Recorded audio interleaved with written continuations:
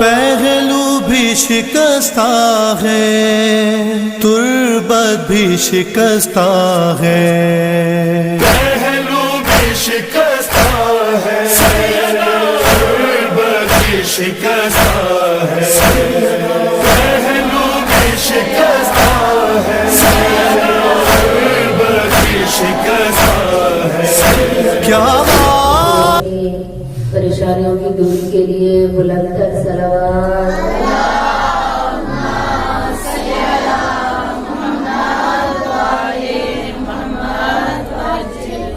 اپنی اپنی حاجات کی قبولیت کے لیے بلند تر صلوات۔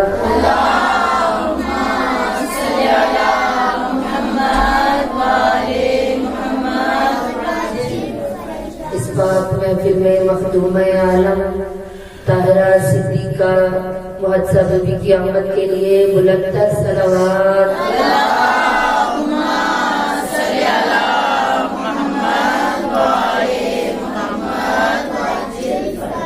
تاجی یوسف زہرا بلند تر صلوات۔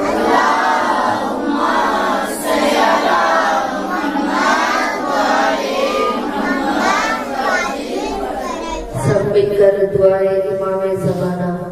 بسم اللہ الرحمن الرحیم، اللہم کل ولیک حجت ابن الحسن صلوات اللہ علیہ وعلی آبائہ فی ہذہ الساعة وفی کل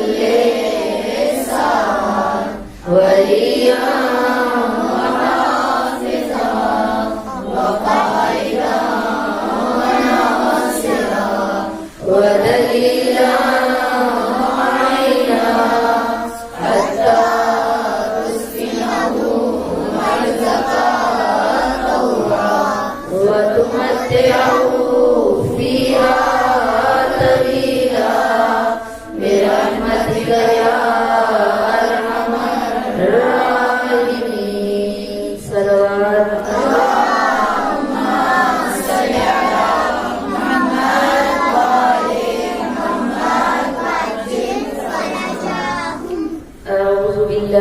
الشيطان الرجيم بسم الله الرحمن الرحيم وفوضوا أمري إلى الله إن الله بصير بالعباد فسيكفيكهم الله وهو السميع العليم صلوات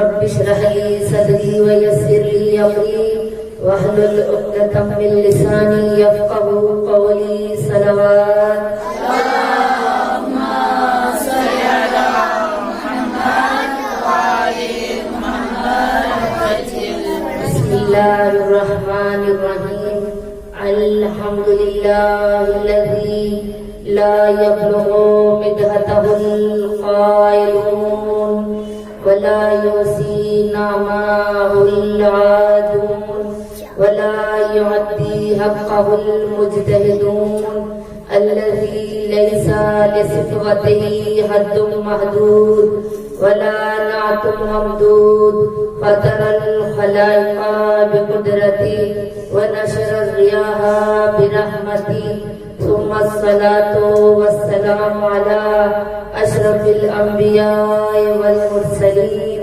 وخاتم النبيين أبي القاسم محمد اللهم صل على محمد وعلى محمد وعلى الطيبين الطاهرين المعصومين المظلومين سيما بقية الله في الأرضين صاحب العصر والزمان وخلیفۃ الرحمن امام الانس والجان اللہم عجل لولیک الفرج صلوات اللہم صل علی محمد وعلی محمد اما بعد فقد قال رسول اللہ صلی اللہ علیہ وآلہ وسلم الفاطمۃ سیدۃ النساء العالمین صلوات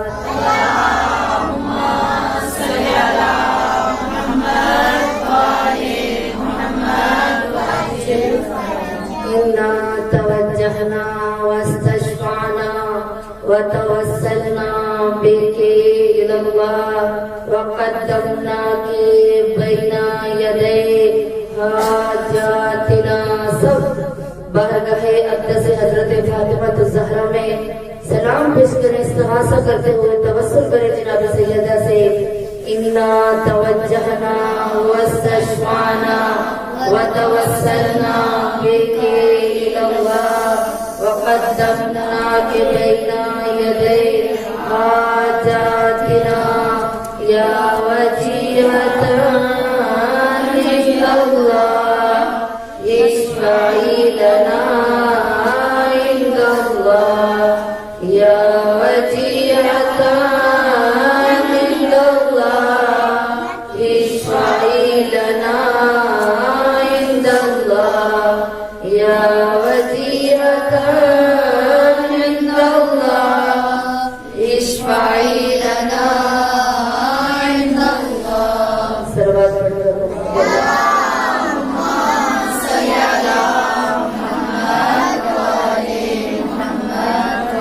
نعرہ تکبیر، نعرہ رسالت، نعرہ رسالت، نعرہ حیدری، حیدری، حیدری. بیدار ہو کر بولے نعرہ حیدری، ایمان جب صبح نعرہ حیدری، عشق کا مزاج لیتے ہوئے نعرہ حیدری، کی صدا میں پکارے نعرہ حیدری، زور سے بولے نعرہ حیدری، حاجات کی قبولیت کے لیے نعرہ حیدری، پریشانیوں سے دوری کے لیے نعرہ حیدری. یہ عقیدہ ہے کہ علی کا نام لینے سے ختم قرآن کا ثواب ملتا ہے. ہاتھوں کو بلند کرے، معرفت کے ساتھ جو بولے گا یقیناً وہ پروردگار کے جانشین رسول ہماری مدد کے لیے آئیں گے. عقیدت کے ساتھ اور معرفت کے ساتھ اللہ علیہ مشکلات کو پکارنا ہے کہ نجف قوالی ہماری صدا پر لبیک کرے اور کہے کہ میرے چاہنے والے مجھے پکار رہے ہیں نعرہ حیدری، حیدری، حیدری، حیدری، حیدری. محمد والے محمد صلوات.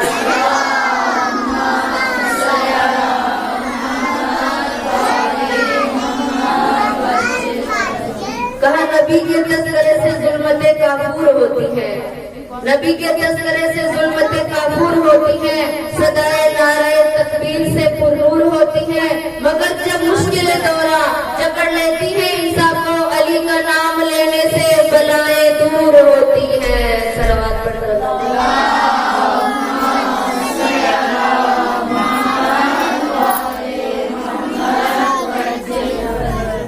چشمے نبی کے خواب کو کہتے ہیں سیدہ، چشمے نبی کے خواب کو کہتے ہیں سیدہ، عصمت کے آفتاب کو کہتے ہیں سیدہ، قرآن کے جواب کو کہتے ہیں سیدہ، منہ بول کی کتاب کو کہتے ہیں سیدہ. یہ ذات یوں کتاب کی تفسیر بن گئی، کہا یہ ذات یوں کتاب کی تفسیر بن گئی، لفظوں میں ڈھل کے آیت تطہیر بن گئی. سب مل کر کہے لبیک یا زہرا، لبیک یا زہرا، لبیک یا زہرا، لبیک یا زہرا، لبیک یا زہرا، لبیک یا زہرا، لبیک یا زہرا، لبیک یا زہرا. اے فاطمہ زہرا کی کنیزوں سے گزارش، ابھی سب نے نعرہ لگایا ہے لبیک یا زہرا کہ اے بی بی ہم آپ کے ساتھ ہیں. آپ نے استغاثہ بلند کیا، ہم آپ کے ساتھ ہیں.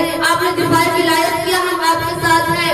آپ نے تحفظ امامت کیا، ہم آپ کے ساتھ ہیں. اے بی بی آپ نے اپنے وجود کو نامحرموں سے چھپایا، ہم آپ کے ساتھ ہیں. لبیک یا زہرا کہنے والی خواتین سے کہہ رہی ہوں، اے فاطمہ زہرا کی کنیزوں سے گزارش، کردار کی طاقت سے زمانے کو جگا دو.